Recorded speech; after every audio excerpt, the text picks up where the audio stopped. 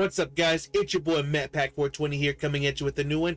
And today we are talking about Bungie yet again. Oh man, I'm getting sick of this nonsense. All right. Now they're over here saying they're pretty much defying everybody, because that's what these activists do. They think they've got to, defy everything or speak out against everything here, but they're going ahead. The CEO says studio won't be muzzled by Sony following Activision. Of course not, because Sony's gone woke too. All right, are you kidding me? They moved their stuff. They moved their headquarters from Japan all the way to California. They're adopting the same California communist politics, and they're also doing the same thing with their video games. Notice how they're censoring all their Japanese video games. They're censoring their anime games. There's a reason why the Xbox is doing really well in Japan. I believe the Xbox Series S did really well in Japan, and it has a lot to do with Sony alienating their core audience in Japan. The PS5 is a gigantic refrigerator, and the Xbox Series S is, I know I have one, it's tiny. It's freaking tiny, man. And now last week Bungie had to come out and go whine about Roe v. Wade, and they don't even understand what the potential ruling would actually mean. They're just reeing on Twitter and virtue signaling and dividing their community, because that's what they do every time they do this virtue signaling nonsense. All right, I mean, they've got these weird clubs over here, this Black at Bungie, and like, this is so cringe, man. They got the black fist and everything. And you know what's funny about the fist logo that Bungie continues to use? That looks an awful like that communist sickle and hammer, fist that we see floating around there. I'd like to think that they're just using the fist as some sort of like power, kind of thing, and they don't actually understand the history behind the fist. But I'm willing to bet, no, there's a bunch of communist losers that actually work there, and this shit is intentional. I can imagine all the Black Bungie employees all sitting together at lunch in their own little corner table, having a good time, high-fiving each other, while all the other white people are over here, and all the other lesbians are over there, and everyone's all segregated and separated.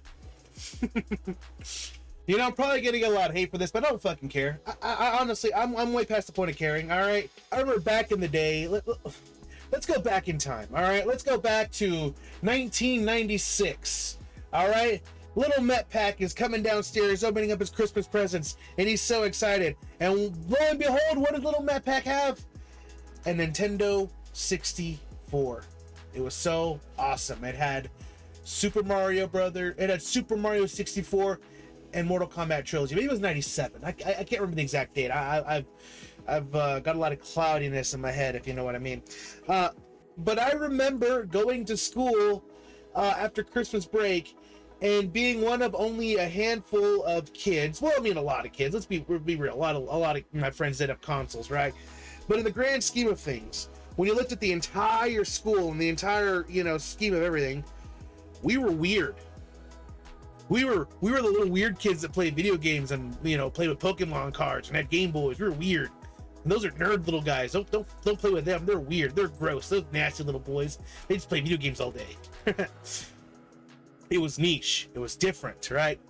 And as I've gotten older and I've played games, and we've got generations of gaming, and it's an amazing thing to behold. It really is. I mean, it is really cool that there are families out there that play video games together. It is really cool that me and my girlfriend, we play games together. She tells me stories how she was that weird little gamer girl that was just weird, and boys didn't really like her because she had big thick ugly glasses, but she liked to play video games, and the boys that did like her were the boys liked playing video games, and she liked to play Sonic, and she liked to play Mario, and it was weird. She was the weird girl, right? She was the weird little nerdy girl with the ugly pigtails and the big thick glasses. That was her. And I was that fat little kid that played video games all day, that fat kid with big thick glasses, right?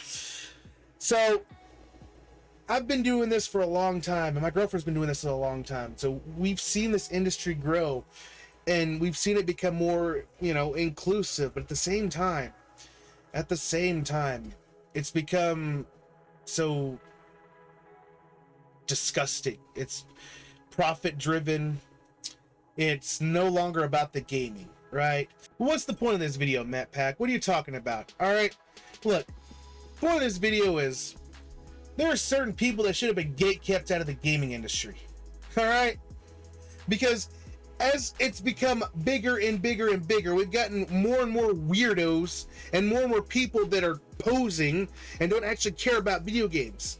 And those are the people that have influence and that are driving where video games are going. Now, there are some people that do legitimately play video games, right? The problem is they're a bunch of left-wing losers who need to shut the fuck up and do your fucking job. Skill Up is one of these people. He is a video game reviewer and a YouTuber, all right? But when you do shit like this and retweet shit like this and poison the well and continue to divide the community, it's going to really suck if Sony puts a muzzle on Bungie in the future and stop them from doing actual hero shit like this. Ah yes, dividing your community is totally hero shit.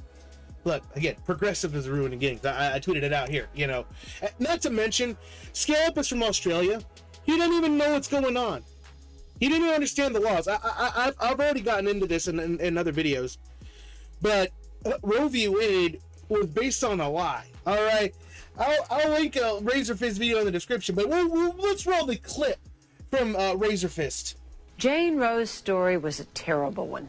She said she had been gang raped, gotten pregnant, was desperate to get an abortion. That's what everyone believed as long as Jane Roe remained anonymous. When she went public, she told a different story. You were raped while you were in Georgia?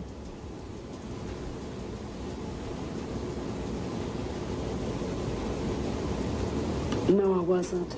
You were not? No, I wasn't. Oh, so all those stories that are in the books and so forth are not true? Yes, sir. Yes. They're not true. Right.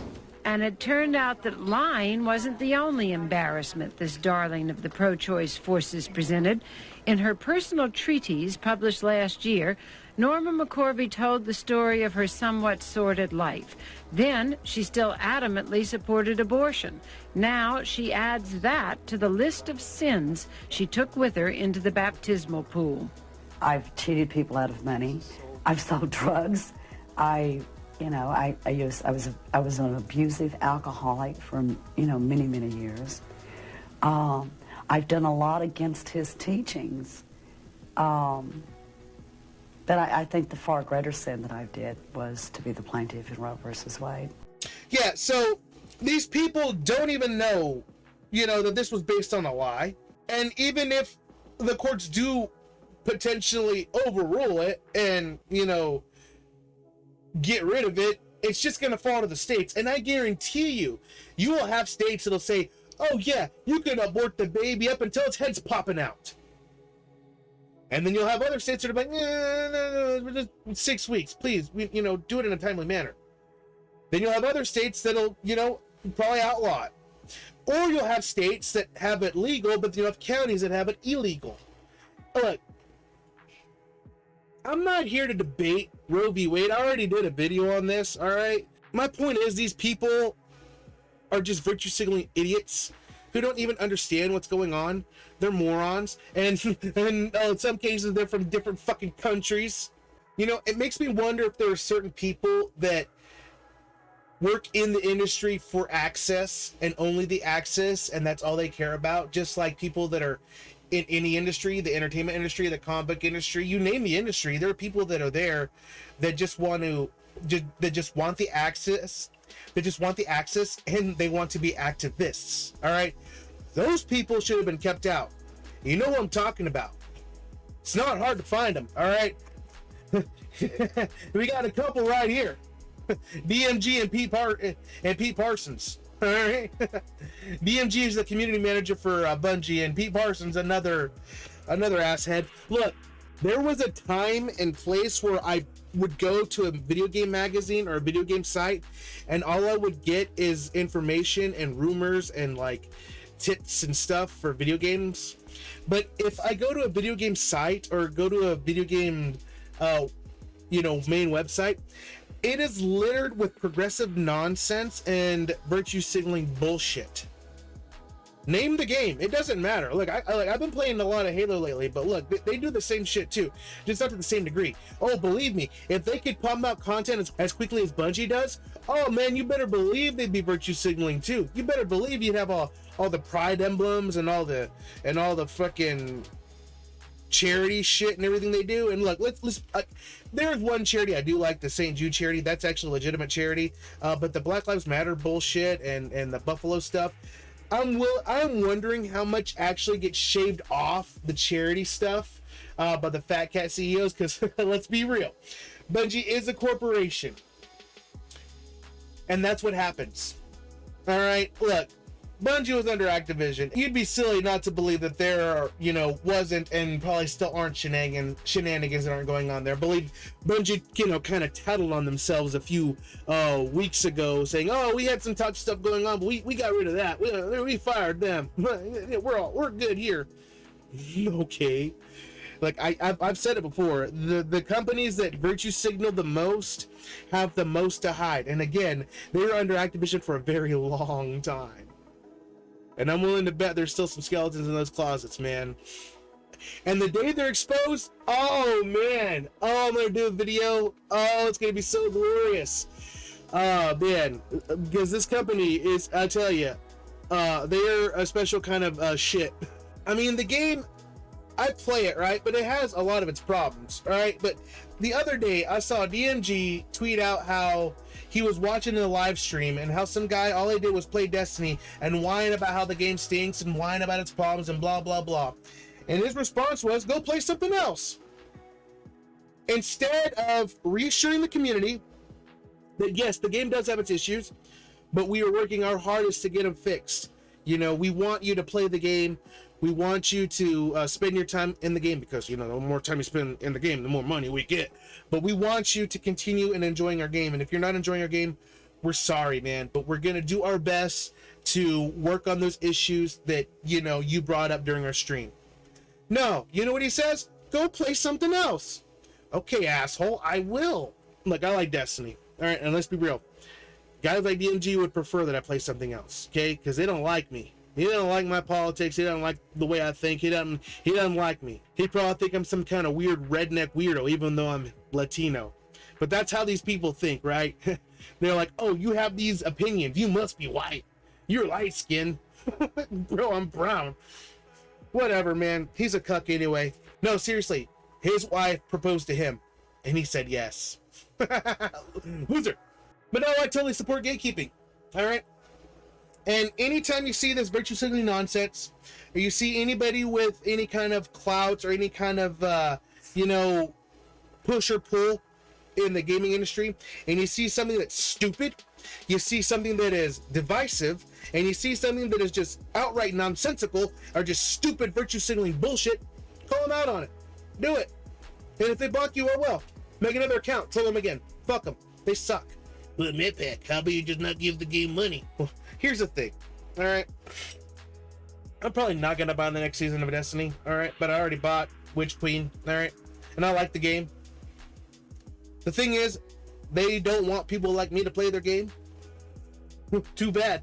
Not only am I going to play their game, but I'm going to stream playing their game, and I'm going to do nothing but shit on them all day, every day. And I hope DMG sees it. I hope DMG runs across that, and I hope he hears me call him a cuck, because he is. So we're probably gonna stream some trials this weekend. Probably do some trials lab. I like to solo queue because I like to torture myself. Plus, I also need to finish off my season pass, because I took the last couple weeks off from the game because I'm tired of their nonsense. But again, that's when I realized that's what they want. They want me to stop playing their game. No. We're not going to stop playing their game. We're going to play your game, and we're going to troll you all day, every day. So follow me on Life Liberty Gaming if you want to see me play Halo, Destiny, and any other game I feel like playing, and just troll on the industry, because the industry, let's be real, it sucks. Anyway, that's all I got for you guys today. If you like what you see, like what you hear, go and like, share, subscribe. Follow me on social media. I'll have all those in the description. I'll catch you guys in the next one. Deuces.